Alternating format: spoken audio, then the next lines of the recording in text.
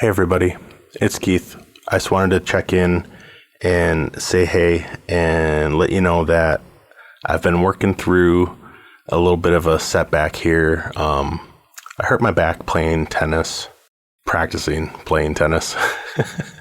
I wanted to play in a local tournament, and in the preparation of that, I realized that I am not as young as I thought I was in my head. So, anywho, the theme this week is, for me, setbacks, because I thought I was getting better, and then I had a setback where I just haven't had the capacity to work on the podcast. We have several new episodes in progress. We've recorded them. 2 of them were while we were in Sweden last month. We're really excited to get those out. I just really haven't had the ability to sit and work for a while. But anyway, I'm feeling better. I'm getting better. That's why I'm doing this check-in, while I'm giving myself more time to actually get closer to being 100%. So, have another re-release this week from about a year ago, and it is appropriately called Setbacks. So, I hope you enjoy. Take care. Do you have regrets that you didn't go back? It's a good question. Sometimes I do. I really enjoyed the people I played tennis with. So I do have some regrets, because I think there's always that question of what could I have done? Because I did spend a lot of time playing growing up. So yeah, I may have some regrets. Welcome back to In Residence. I'm Keith. And I'm Laura. Hey Laura. Hey Keith. How are you doing? I'm doing good. How are you? I'm doing well. That's good. I want you to start us off today by talking about what you did this morning with Child 1 and what it got you thinking about. And I think that'll lead us into some interesting conversation. Okay. This morning, Child 1 and I went and played tennis. So he was invited to play with a couple of people from school because he wants to join the tennis team. And he wasn't quite sure if he wanted to go or not go. I said, well, why don't we go and hit the ball around a little? Because I thought it might make him more comfortable. He has really good hand-eye coordination. It's just we haven't hit with a racket for probably a year, right? Or more. So we went to the tennis courts that don't have nets on them yet and just hit a little bit against the fence, practice some serving, just the motion. I showed him a few things. And yeah, so we spent a little time doing that. Then I dropped him off with some people from school and then picked him up. We both wanted him to kind of go, right? And play on the playground with the other kids kind of thing, right? Yeah. Why don't you give us a little background? Because I don't know if you've talked about the fact that you played tennis growing up. Yeah. Tennis for me was something that I played all through high school. I did summer camps, probably in middle school, just like the community ed, get together, hit the ball around. My family would go play once in a while. I loved people like Steffi Graf and Pete Sampras. I watched the US Open, Wimbledon, all the things. So I played a lot. I played 1 year in college as well. And I was always that person that had her big bucket of balls. I was sitting there practicing our serve. So if I didn't have anything going on, I had this yellow thing that you could put, I don't know. A ball caddy. Yeah, a ball caddy, 30, 50 balls into it.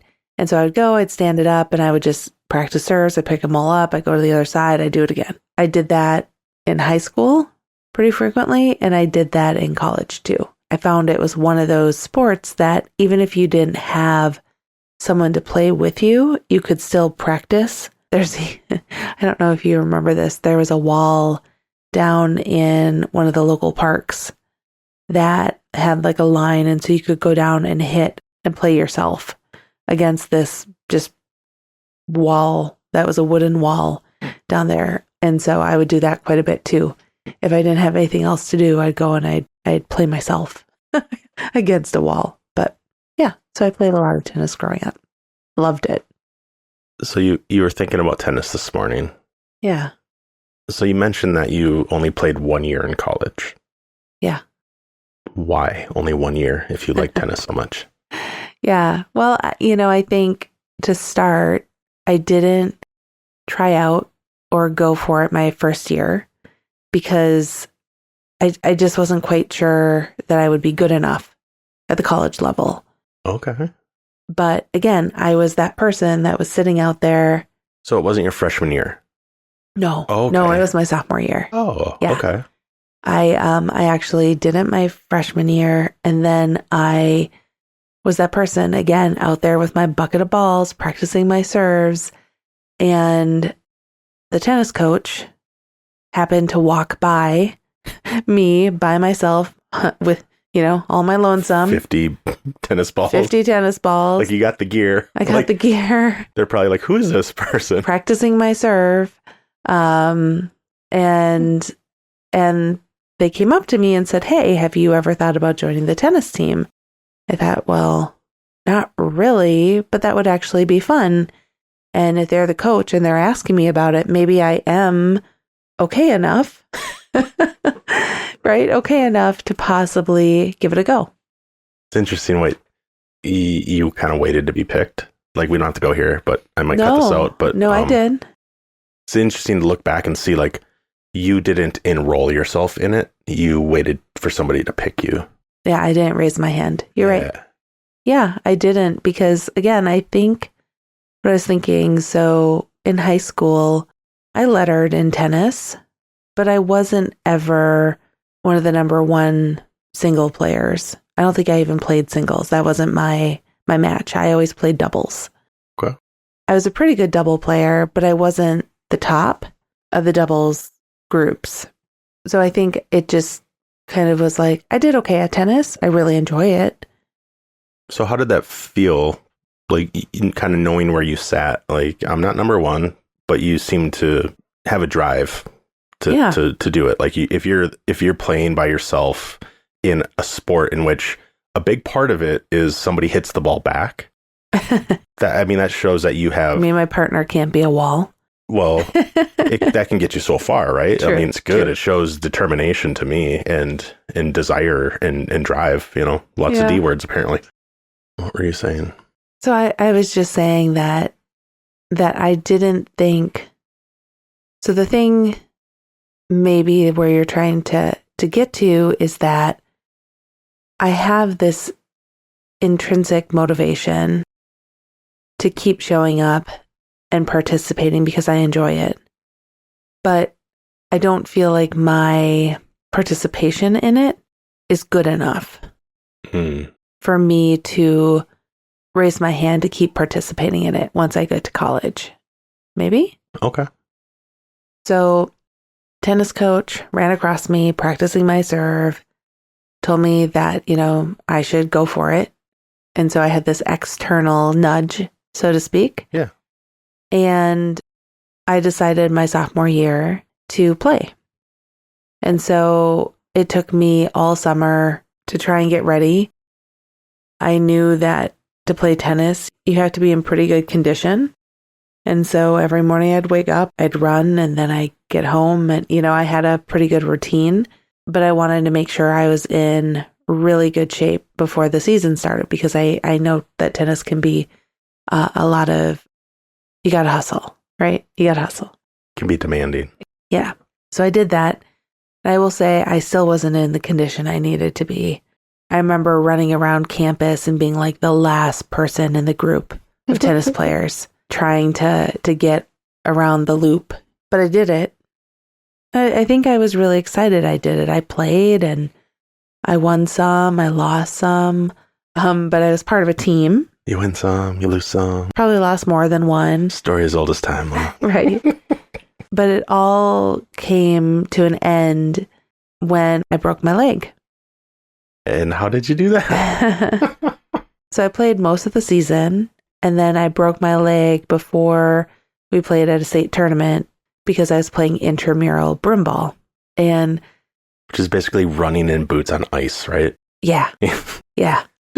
I was really pretty good because I was running all the time for tennis. I was in really good shape. Mm-hmm.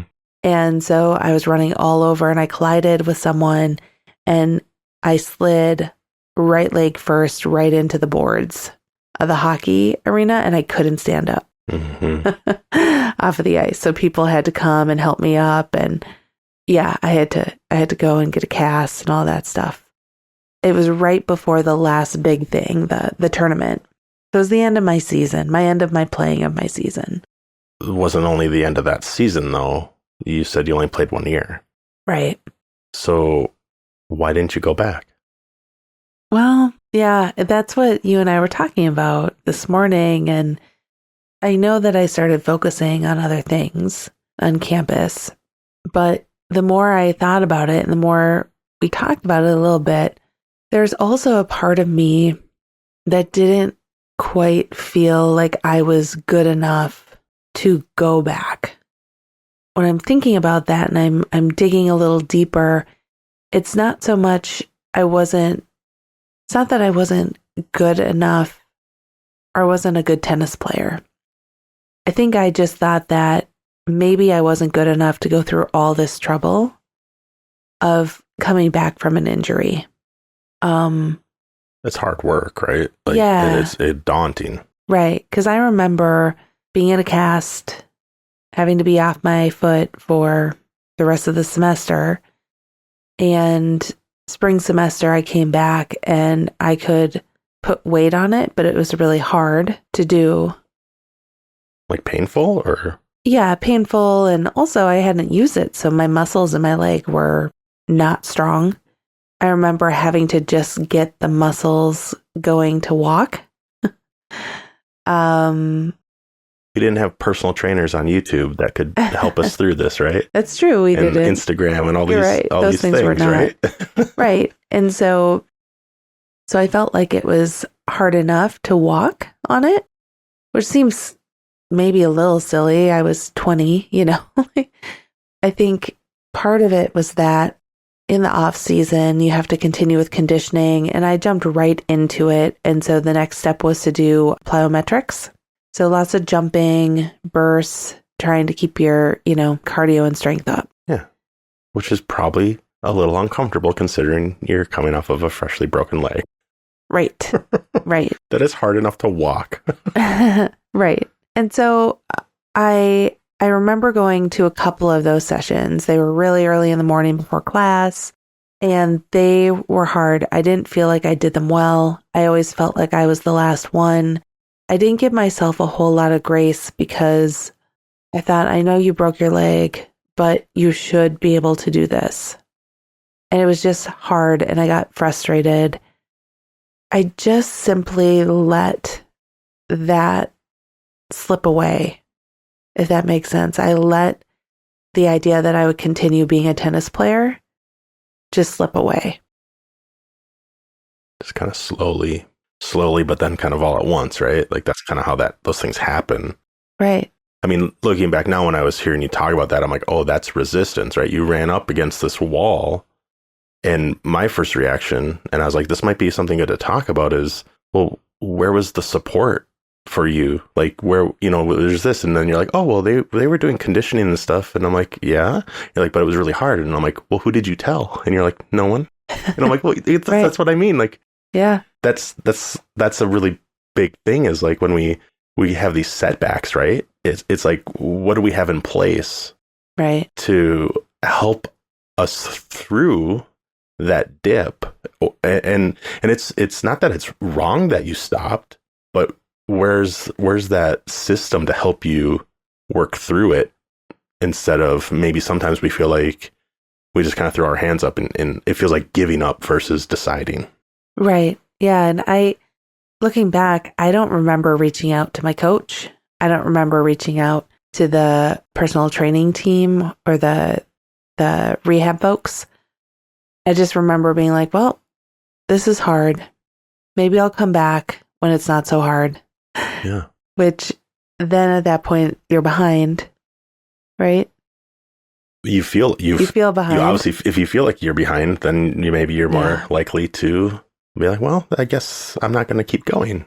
Things that pop in my head there is like you're taking a lot of responsibility for not having reached out, and me in my role of being one of your biggest supporters, right, in our partnership. Right. I'm like, well, it goes both ways. Like, why didn't people reach out? Why weren't they there looking out for you or realizing that maybe this would be hard for somebody? You know, it's not about placing blame, and that tends to be what we do. Again, it just comes back to like, where do we get those things balanced out and get right in our head with these are the circumstances in which I find myself. I had certain expectations. Now I have this object that's in my way. I have this change agent that was out of my control. One thing led to another. I broke my leg. What's next? That's the biggest thing for me is like, then what? Because if you don't do anything, you don't move forward in any path, right? Like if that's not the path anymore, that's fine. But if you don't pick a new one, you stagnate and you don't do stuff. Like that's where my head just starts spinning and thinking and getting like really in cerebral, you know, and like I just think like, oh, there's so many tools that I know about now that would be so helpful when I was younger and had setbacks like that. Right. Yeah. Well, and hard enough now that I know there's tools. Right. Get out of your own head, right? Well, and even when I was thinking about it, my coach may have reached out to me, but I don't remember. Right.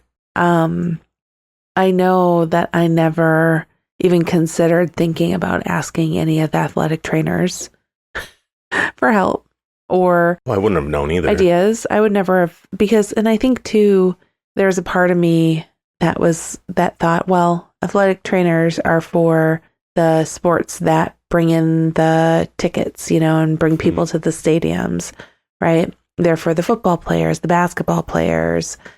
They're not for me, a tennis player who probably plays third doubles group. Right. Yeah. So I think that was, it's interesting because I wish I remembered more. But what I do remember is that I simply just didn't ask any questions or seek anything out.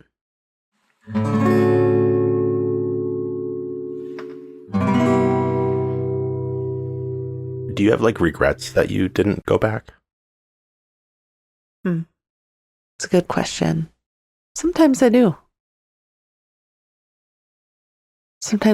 I really enjoyed the people I played tennis with. So I do have some regrets because I think there's always that question of what could I have done? Because I did spend a lot of time playing growing up. So yeah, I may have some regrets. Mm-hmm. One thing that I did find myself doing, I mentioned briefly that I started focusing on other things. The fall of my junior year, I was an RA, a brand new RA, and I shifted a lot of what I was doing towards being more involved in that regard. I think sometimes, even though I have regrets, I do think that what I filled my time with was really beneficial too. Yeah, what you shifted to. Yeah, for sure. Right. I think the thing I regret more than not playing my junior or senior year, I think the thing I regret more is that I haven't played more in the last how many years? 20 some? Yeah. Couple decades? Yeah. Probably sounds even longer if you say decades. Right. I actually bought myself a tennis racket for my birthday. We're like a month and a half out. You bought me a tennis racket for my birthday. Oh, okay. I'll have to remember where I hid that. It's in my car. Oh. Good. I'll try to find a bow for it. Sounds good. I think that's the one thing where I regret that I haven't found a way to play a little bit more informally. Yeah. I'm not exactly sure why I haven't. I think some of it's just I tell myself I don't have the time, or I'm not as good as I once was. So there's plenty of excuses. Right. Right. Right. Yeah. And so it sounds like you're pivoting away from that and looking to get back to it and incorporate. I mean, you got yourself a racket. Child one is interested. Yep. So now you won't have to think about, oh, can I make Keith go do this? Yeah. Like, I mean, I would like to go sometime. Yeah. I just want you to take it easy on me. I'll try. Not make me run so much. But I like making people run. I'll like blow my knee out or something, trying to go sideways. Oh, don't do that. No, I would take it easy on you. I will say with child one playing, I have thought this is a great time for me to help him learn, but then also get me back to it. Yeah. So eventually, hopefully the nets will go up so I can play a little bit more with him. And as he learns more, he'll be more, more in the court than out of the court. And he's pretty good though, I will say. Yeah. You said from like just watching him a little bit and being with him a little bit, he's athletic. And I think we do a pretty good job of supporting that and nurturing that, but without projecting maybe our missing our sports. Like, I don't go projecting that onto him. Yeah. But I do really enjoy supporting him in whether it was baseball or football when he was doing that when he was younger, or this. For me, it's really fun to support and just figure out like, what can I do to help you be successful in what you're doing? Yeah. I mean, that's kind of a theme for me. I really enjoy that kind of stuff. So much that I think I messed up my shoulder pitching to him so much. Yeah, when he was playing baseball. Yeah, I totally overdid it, and it took me I think about a year and a half to like not wake up with shoulder pain from finally like rehabbing it a little bit at a time, building it back up. But I'm pretty sure I'm like, oh, I'm not a spring chicken anymore. Why does my back and my arm hurt so much? It's like, because he just threw like 100 pitches and I'm not a pitcher. I did not play baseball past 7th grade, I don't think. Yeah. I think that's a really good point though, because I think there's some similarity between if you have a setback and are trying to get back to it, or if you're just trying to get into it, that idea of little by little and not going full bore and pitching how many thousand times.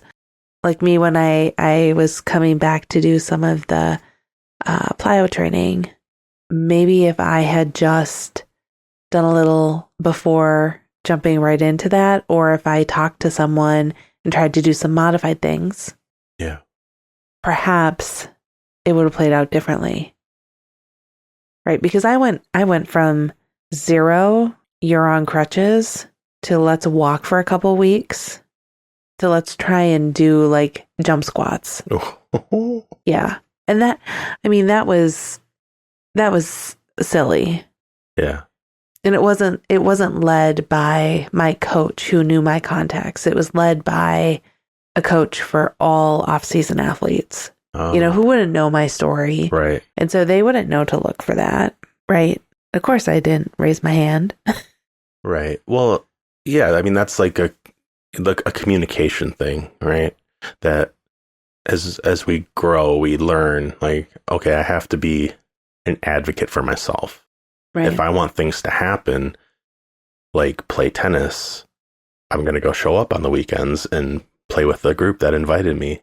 Like, we just want to be successful, right? But we also need to understand, like, well, what is success? And sometimes it's simply showing up the first time or returning after an injury and finding whether an opportunity is a setback or an opportunity to grow and gain something.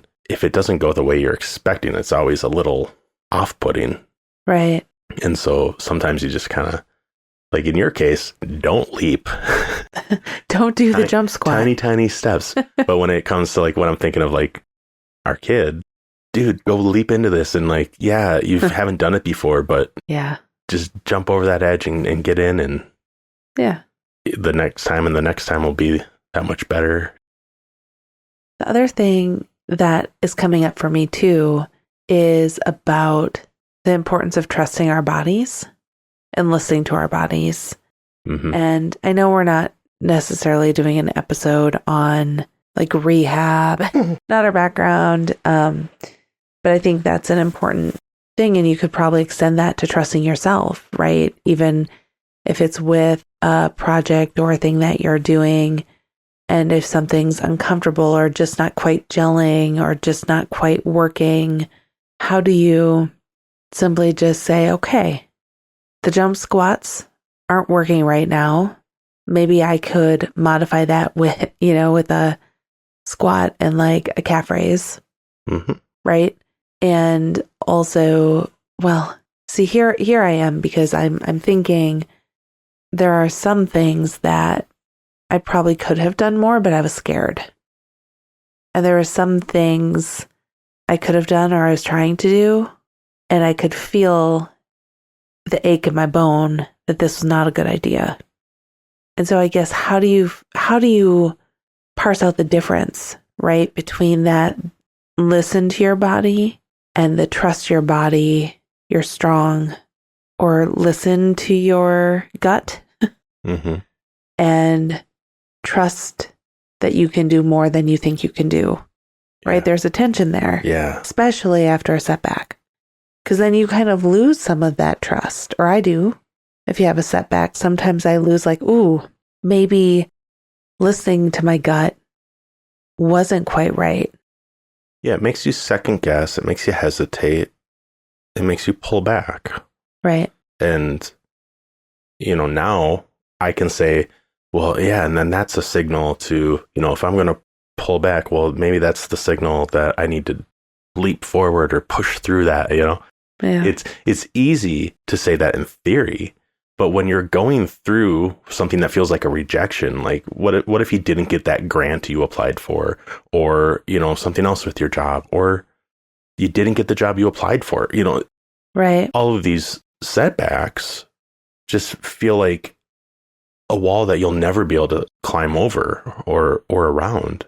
But for me, the point is, if it feels like that, I need to realize like I'm in a depleted state. How do I get more energy? How do I return back to zero?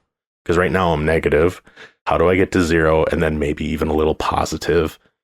And like we've brought up before, it tends to be movement, but like if we're talking about like you breaking your leg, that's the hardest part, is right? Like, Yeah. like thinking about that, it's like, well, your mobility was very restricted. No wonder it's even harder to come back from something like that, or it can be just as hard as something like losing a job or, not getting picked for the team or something, Right. Yeah.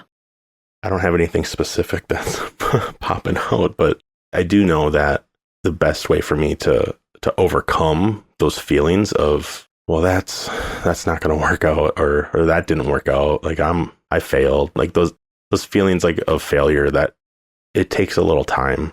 And the way for me to get by that is to kind of shift my energy towards more things that lift me up, I guess. But sometimes all you can do is just wait for that to feel right. Right. And maybe that's what I did with shifting to focusing on being an RA back then.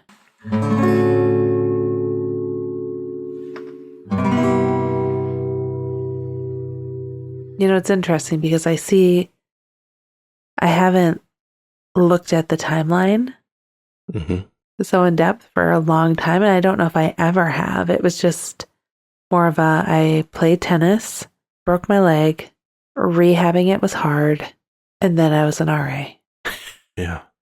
Well, that's what life is like when you're in your late teens, early 20s. It's just, it's hard to keep track of it all. It seems to be happening all at once.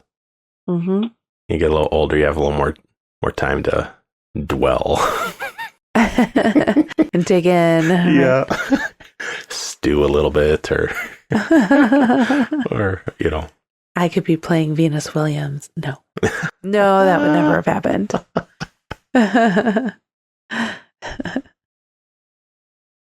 This all came up because our kid's doing tennis. Right. And there's no intention here of solving a problem for anybody. or even you, right? It's just that it came up in your head because you played tennis and now he's going out for it. And when you were talking about it, just some of these things were coming up. I'm like, it's really like thinking about it now. I have this perspective that I wouldn't have had back in my 20s for sure. And I think what's coming up for me is as he's going out and exploring and trying this, it's like all we really want is for him to be successful, whatever that means. It doesn't mean number one. It just means enjoying himself while he's trying something new and being part of a team and seeing what that's like and if he likes it, right? Yeah. So, I don't know. And maybe we want that for him. And at the same time, it's brought up kind of that, well, why couldn't I also create that for me now? Even though I chose to set it aside or I let it dissipate. So say a little more about that. Like, are you talking about tennis specifically, or are you being a little more cryptic? No, I'm talking I'm talking about tennis, but to be less specific to tennis, I mean, there are things that. So even here's another example. I don't think my mom would mind me talking about this. Growing up, she rosemalled a lot, and we go to craft sales, and she had lots of rosemalling that she did. And it's beautiful. And there was probably a good 15 to 20 years that she didn't paint. She could paint, but she didn't. And just a couple years ago, she said, I want to get back to that. And so, she got the paints and the brushes, and now she's been painting. And again, beautiful things. She was able to notice something she truly enjoyed. I don't know if she had a setback, so to speak, around it, rather than just busy, right? She was busy with teenage girls. And so I think maybe it's not even just a setback, but it's those things that you enjoy that you've let go dormant within you. Mm-hmm. And then how do you rekindle that and bring it fresh? Because I will say, when child one is interested in tennis, I got so giddy because that meant not only was he going to, I was so excited for him, but then I'm like, ooh, this means I get to play with him too, right? Yeah. I get to play tennis again, which is silly. I could have played tennis again. But so I guess maybe that's a question that I'm throwing out there a little bit is sometimes we have these things that we've really enjoyed that we have let go cold for a while for them to come up later, and encouraging yourself to lean in and not run away from that opportunity that presents itself. Like I'm seeing with tennis, or like my mom created for herself with rosemalling. Yeah, I think it has a lot to do with where are you aiming your focus and what are you allowing, where are you spending your time and attention, right? And sometimes it feels like we give up some of those things that we give up because A, B, and C are more important. Sometimes we give up the thing that really lights us up. And it's like, why? and right. I don't know. I mean, like for me, it's like I haven't played guitar since before we had kids regularly. Right. And it's like, why would I go a day without touching a guitar, let alone how many years I went sometimes where they're just in their cases and put away because I'm not hitting some mark that somebody else has or some expectation that if I was a guitar player, I'd be doing this or that. I think knowing what the intention is from within us versus the external expectations, I guess, is maybe what it is. Yeah. Maybe not letting those external thoughts and forces dictate how we show up for ourselves in the things that like truly bring us happiness and joy, I guess. Oh. No, I like that. I like that a lot. Mm-hmm. I rambled.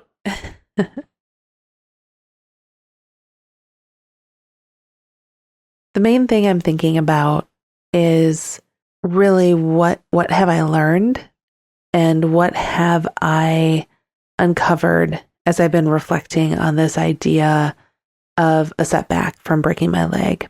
Mm-hmm. And I know I keep going back there, Yeah. but reaching out to those that support you, that have your best interests in mind, ask questions, ask for help, and use the resources that are available to you. Like, if I would have used the athletic trainer, Mm-hmm. maybe I would be a famous tennis player today. Doubtful. Awesome. Doubtful. But I think there were things that I left unused because I didn't feel like I was good enough, or my dreams weren't good enough to waste anybody's time with it. I think we often feel like that, not just about playing a sport and a sports injury, but just in general, right? About our ideas, about our creative work. I think the other thing maybe I'm learning through this experience is that it's not too late to dig in. And the reason I'm saying that is it might not be the same as when you've last left it. I'm no longer 20. I no longer can run circles around people on the tennis court. And at the same time, it doesn't mean I can't enjoy the game that I love. It doesn't mean that if with your creative project or what you're doing, if you've let it sit for a while, if your perspective has changed, your steadiness has changed, if your sharpness, it doesn't matter. You can still go and do the thing that brings you joy. That's what I'm thinking about, Keith. I like it. Can I say one more thing? Mm-hmm. You also don't need to wait to be picked. You don't need to wait to have someone that's across on the other side of the court to return the ball. There are ways that you can continue to pursue what you love, and eventually somebody will notice and ask you to join the team. Or you'll find that wall in your town where you can hit the ball against. Do you know what I'm trying to say? Yeah. I mean, no one's going to notice you if you don't put yourself out there. Yeah. So stop waiting and take the first step, and then the next one, and the next one. And that usually is making yourself a little more visible. So find a space and a place where it feels safe enough for you to be seen and to be heard. Yeah. To hit that ball, and somebody will be like, "Oh, how are you? Do you want to play?"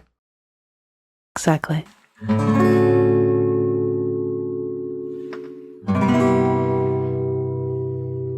Should we wrap it up? Yeah. Do you want to do a quote? Sure. Do you want to go first? I don't know. Mine seems like kind of a mic drop. So. Do you want me to go first? Yeah. Okay, I haven't read it first, so you ready? Go ahead. A Light Heart Lives Long by William Shakespeare.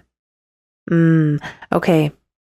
I like this quote, and the reason that it's speaking to me right now is that I'm trying to not take myself so darn seriously right now. I'm trying to find ways to incorporate joy into my life.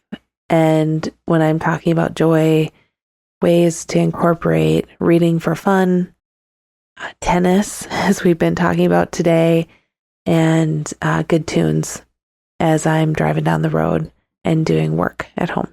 So I like it. A Light Heart Lives Long by William Shakespeare. I like that. How about you? All right. So this is Tina Turner. Ooh. I did not expect that when I read through it. I like it. Oh, okay. You must love and care for yourself, because that's when the best comes out. And I think that is amazing, because I think that's at the core of everything that we were talking about and around today, and pretty much every day. You take care of yourself, because then you can do your best. And I think our best is helping others also. So thanks, Tina. I like that. You ready? I think so. All right, let's get out of here. Okay. Thanks, everybody. Thank you. Bye. Bye. I love you. I love you.